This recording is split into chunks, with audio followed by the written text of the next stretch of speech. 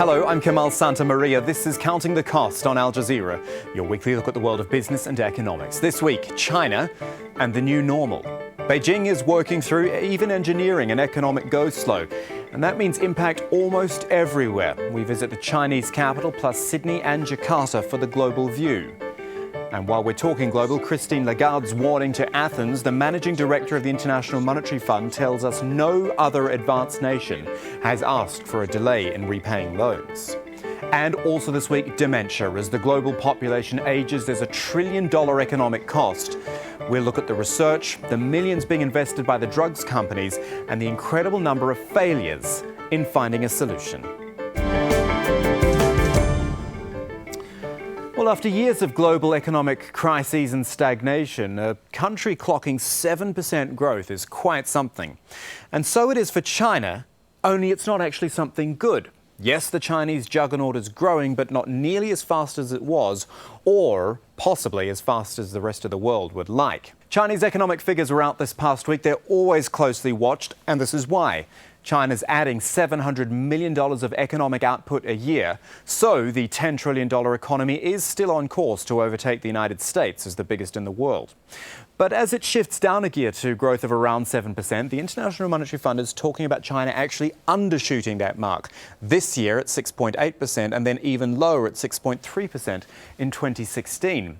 All this means a new reality for the nations which have benefited from China's economic miracle. Growth in Asia as a whole is likely to remain steady at around 6.6%. Now, we should explain the slowdown a little bit. Beijing's trying to do a lot of things. They're trying to rein in debt, eliminate corruption, deal with pollution, and bring the economy around to something which isn't so reliant on exporting to the rest of the world. It's a giant economic re-engineering plan. So when the current situation looks like this, the worst growth in almost a quarter of a century, China could be looking at more government spending and interest rate cuts. But don't think this is just numbers and plans dealt with politicians and economists. This Chinese downturn is making it tough for a lot of people, like the millions of college graduates trying to enter a workforce which just doesn't have the jobs. That's our launch pad for exploring the China effect this week. Adrian Brown starts us off in Beijing. A job recruitment fair in Beijing. Many of those scanning the list of vacancies are students about to graduate, and many are finding that after 4 years of university, they don't have the qualifications employers are looking for. My major is communications. My fellow classmates, very few of them found jobs that fit our qualifications. So most had to get jobs in other industries. Therefore, I think for my major, there's not enough jobs in the market. Lou's looking for a job that'll pay around $1,200 a month, but the job recruiter interviewing him says it's an unrealistic expectation. They don't realise they have low practical skills. They are fresh without much experience. The student you interviewed will probably get half of what he expects. Experts say many graduates lack skills such as critical thinking, foreign languages and basic office communications that businesses are looking for. The government is worried about the impact the slowing economy is having on employment, namely the prospect of social instability, which is why the Premier has announced a plan to create 10 million new urban jobs before the end of the year. One solution is to encourage more students to consider learning a trade. This vocational college in Tianjin has more than 10,000 students who are being trained in a range of skills. Mechanical jobs have a good prospect. That's why my parents want me to come here. They think I'll have a better opportunity to find a job. China's government wants to increase the number of students in vocational education by almost 10 million over the next 5 years by convincing young people that they have a better chance of securing a job if they do. So you see there one of the internal Chinese stories. Here now are the external ones. In a moment, Step Varson in Jakarta. She looks at the Indo-Chinese dynamics and the regional economy, really. But first, Andrew Thomas in Sydney on an Australian economy which for so long has fed the Chinese dragon. Shopping streets in Australia may look fairly busy, but they're not as busy as they were a couple of years ago. And underneath the surface, there is a squeeze going on. And a lot of that has to do with a relative slowdown in China, because China is Australia's biggest export customer. But its demand for Australian goods is going down, particularly iron ore, the key ingredient of steel. The price of iron ore has collapsed by more than half over the last year. That is putting a strain on Australia's government's finances. They'll be down $25 billion over the next 4 years. That's now money Australia's government has to find in other ways, either by putting up taxes or by reducing spending, all of which puts less money in people's pockets, just as prices in shops are going up because a falling Australian dollar means that imports become more expensive. China is sneezing, and as a result, the region is catching a cold.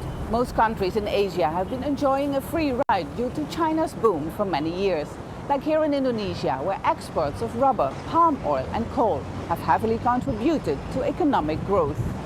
Money put into the economy and the country's middle class grew significantly. The boom didn't have much impact on the country's poor, by the way, because the gap between rich and poor has only become larger. So what does it mean that China's economy is slowing down? Well, for sure, the region will be taking the brunt and pain will be felt. But also analysts say that countries will now be forced to be more inventive and speed up necessarily economic reforms. Just relying on their big brother for quick cash won't work anymore. And it could even turn into a blessing in disguise if countries like Indonesia will diversify exports and finally start fixing its ailing infrastructure. China sneezing will then not necessarily turn into a serious illness. So the rest of the world is having to adjust to 7% growth in China, which, remember, the International Monetary Fund doesn't expect China to hit. Couple that with its prediction of 3.5% growth globally and, well, things are looking a little average. Here's Ali Valshi from our sister channel Al Jazeera America speaking with the managing director of the IMF, Christine Lagarde. This might be one of those seminal moments where you have created an expression that may stick with us for some time. You have started speaking about something called the new mediocre and the dangers of the new mediocre. What do you mean by this? Well, new mediocre is that sort of growth but moderate, growth but uneven, growth but no jobs. And my fear is that this new mediocre becomes our new reality. I don't think it is. If policymakers actually take the right decisions. And that means addressing today's risk and also addressing tomorrow's potential, which we have, as you know, downgraded a bit. Our growth rates globally are not terrible at the moment. No. What is the concern that we're not, because we're not in panic, because we're not in recession, because we're not in crisis, we're not going to fix our economies in a way that makes them more efficient and more beneficial to the greater population? I think the risk is that we be complacent. You know, when you get the school report and it says mediocre, can do better, well, we need to do better. And we need to do better together. So what that means is, in the short term, continuing this accommodative monetary policies, say in the Eurozone, in Japan, gradually moving away from accommodative monetary policy in the US would be great news, because it would mean that the US growth is solidly anchored, which we are seeing. It would mean having a smart fiscal policy, which means those countries that have fiscal space should be using it. Those that don't should be eventually redesigning their fiscal policies in order not to weigh on labor. And it means also addressing the financial stability risks that is a potential. That's for today. We also believe that policymakers should address today the growth potential issue for tomorrow. And that means taking those structural reforms that are difficult to take and that we risk not taking if we are complacent. And you might want to ask me what I mean by structural reforms. What structure? I mean, I was going to talk about Greece, but we can talk about that in a moment if you had other ideas, because when I think of structural reforms today, my mind immediately goes to Greece or Japan. What are you talking about? Okay, what I'm talking about is, in both countries actually, labor market reforms, in order to encourage people to actually go to the job market. And that is certainly the case for Japanese women, who are a huge potential for Japan and who have a much lower access to the job market than in the average OECD country. And I'm delighted that the Prime Minister is taking that problem seriously and is putting more budgetary money on childcare centres, for instance, and addressing the issue from a cultural standpoint himself. If I think of other markets, including Greece, I think it means opening up the product and service markets, removing the barriers that have been established over the course of time in order to protect turf, in order to protect some professionals, in order to have little carved out territories where there will be no competition. When I think of structural reforms, I think also of encouraging trade facilitation, making sure that the trade agreements that are in discussion at the moment are actually pushed to conclusion so that there is more trade going on. And finally, I think of infrastructure, because that is a problem that applies across the world.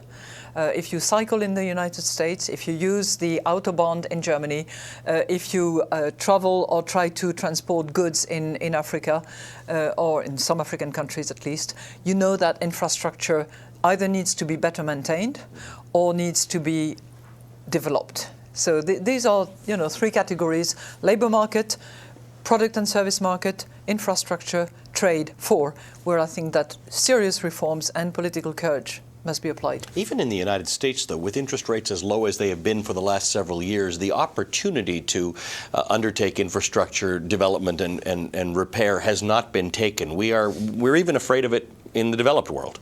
Correct. And it's not as if resources could not be made available. As you said, the very low interest rates is certainly an encouragement, but so is the very low price of oil. Because if you then either remove subsidies, which still apply in some countries of the world, or decide on a small taxation, then you can actually identify and collect the revenues that will help improve the situation of highways or the maintenance of bridges, or help construct infrastructure that will help move goods around. Let's talk about Greece. Now Greece has a situation in which, if they don't have some agreement with the Eurozone finance ministers on May 11th to get more money, they probably can't make the May 12th payment to you, which is over 700 million euros. What happens then? What happens now, which really matters. And I very much hope that the Greek authorities put all their energy and working power and brain power, and they're not short of that, on which reforms, by when, will be implemented in Greece in order to reach the objectives that have been set out collectively between the country and with the European partners, which is to restore the stability of the Greek economy and restore its financial situation. And you have heard that's the priority. You have heard the comments from the German finance minister to say he's not optimistic that they'll get there in the next, when we're talking about a matter of weeks. And I know you've studied Greece well. It's not just a matter of political will in Greece. When you talk about restructuring, they've got major structural problems, huge unemployment, 26%, huge youth unemployment. This may take years to fix. It will be a long process, but it's one that has to get started. And I think that we are all very respectful of the political will that has been expressed by the people. But with that political ticket, the authorities need to identify the reforms that will actually deliver on the objective, which everybody must share: restore the financial and economic situation of the country so that its economy can create jobs, so that it can access financial markets again and have total sovereignty. To talk about sovereignty is also about having access to the financial market. And, we will spare no efforts to help and support that endeavor. We just need people to actually sit down and get down to the work of identifying the reforms and not backtracking, but looking at the future and how it can be improved. The way the last discussion played out while I was in Athens is that you had taken a very hard line, that we can discuss all sorts of things and you're prepared to support Greece. That payment had to be made on the day it had to be made, and the IMF put in a call to the Bank of Greece to make sure that payment was made. Is that the same position you will take with the next payment on May 12th? You know, no advanced economy has ever asked for delays of payment. And I very much hope that we do not innovate in that situation. You know, there are liquidity issues that need to be addressed, but I think the best way to address them is to start the good work now and to commit to the reforms that will be helpful to Greece. And as I said, you know, it's not as if we were rigid. We are open to the reforms that can be identified by the authorities. We know that there has been political change, but the objectives remain the same.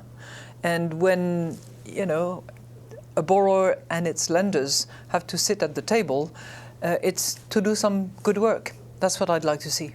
And still ahead on counting the cost of treating dementia. It's a lot, and the money being invested isn't succeeding. We look at the challenges a little later in the programme. We turn now, though, to Ecuador, where an oil-fueled economic bonanza might be coming to an end. As you know, oil prices have slumped by half. They're down below $60 a barrel these days. So that, and a rise in the US dollar, is hurting growth in Ecuador.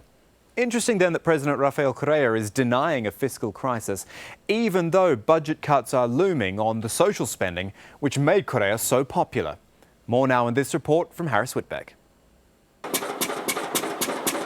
The oil pumps along Ecuador's Pacific coast continue to work day and night, reaching deep into the earth to extract what had for decades been liquid gold. And more recently, a valuable tool in Ecuadorian President Rafael Correa's economic and political policies.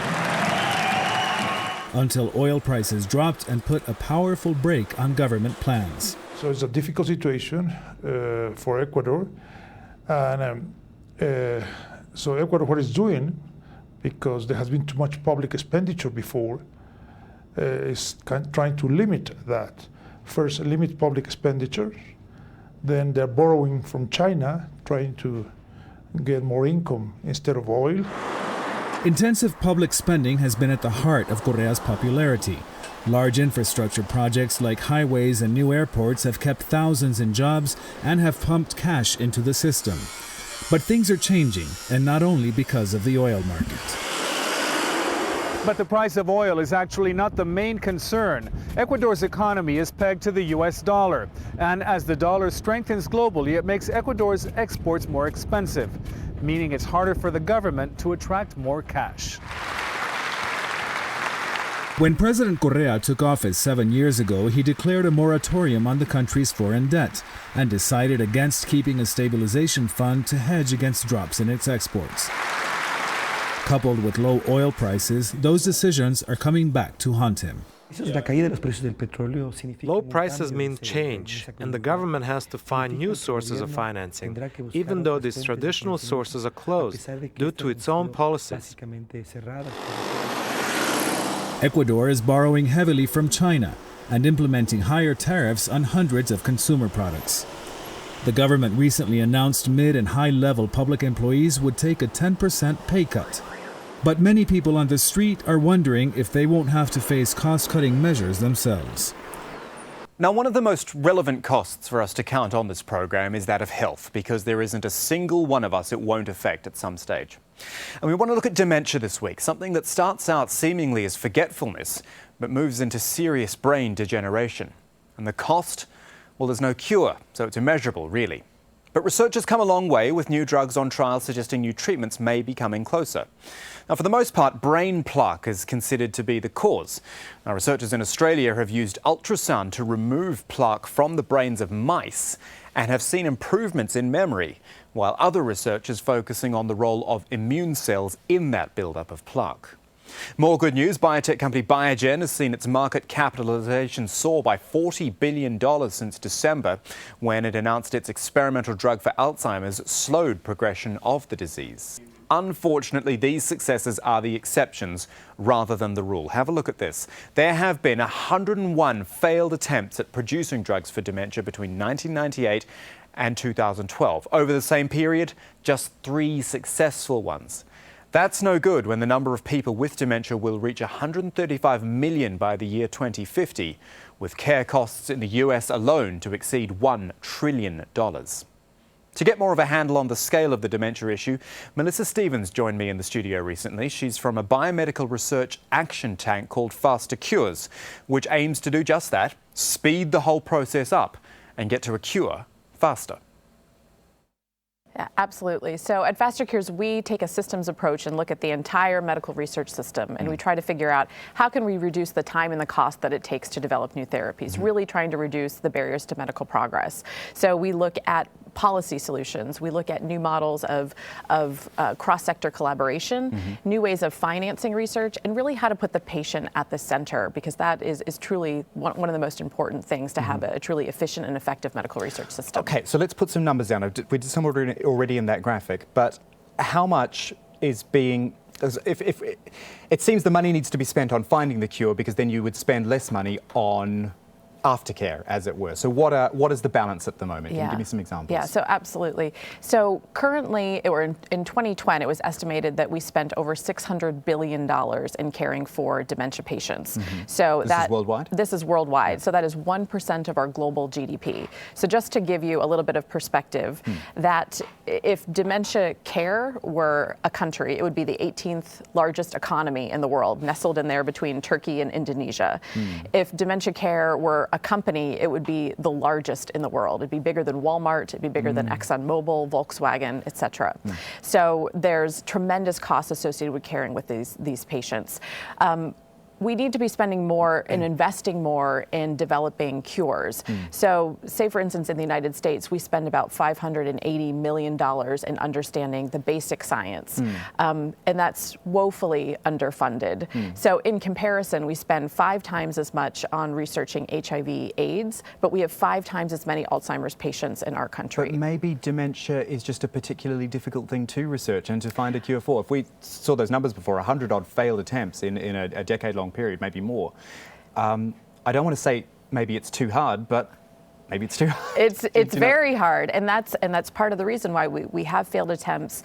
We're seeing some folks back away from investing until we have a better sense of the disease itself. So we really need to focus on understanding the biology, what's really causing the disease, and what are the targets we go after. If we're trying to find a drug that's going to slow progression of the disease, we need to understand the problem before we can fix it. Let me read you a quote I've read from an article concerning this, which says, "A history of failures has created funding fatigue among donors and among big pharma." That is the big concern, I guess, that if it's not worked up to this point, that people will start saying, oh, well, we just won't spend anymore, put it in the too hard basket.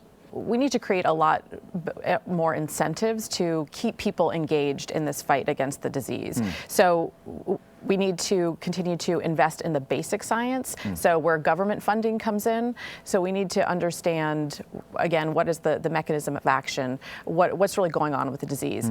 Second of all, we need to create incentives that will attract more private capital and manage risk around the investment in the earliest stages. So there's a number of financial innovations that are helping investors to de-risk their investing in this area by leveraging philanthropy, by leveraging government. And we also need But is it working, if I can interrupt you? Is it working because there's so many diseases out there, and there's ones which, I've talked about this, about the lack of awareness about dementia. Right. There's a lot more awareness about other diseases which can end up taking from the pot, as it were, of funds that are available. So are those ideas that you described actually working to bring people across to dementia? Yeah, well, we're hopeful that they will. This is your job, yes, right? Exactly. That if we can find some folks that will take the largest parts of the riskiest parts of research, then we can help to de-risk that process and engage people in follow-on funding. We also need to look at some pull mechanisms. So how we can change the regulatory process that will provide more incentives for industry to get involved, which could be accelerated approval pathways, which translate into real dollars for industry, change market exclusivity, which would again provide greater time for companies to recoup their R&D costs. So these are just a couple of mechanisms that we hope will entice companies to continue to be invested in the fight with us. And that is our show for this week. But there's more for you online at aljazeera.com/CTC. It takes you straight to our page, which has individual reports, links, and entire episodes for you to catch up on.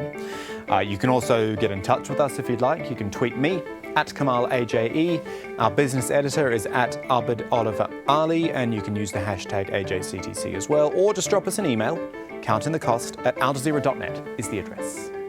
But that is it for this edition of Counting the Cost. I'm Kamal Santamaria from the whole team. Thanks for joining us. The news on Al Jazeera is next.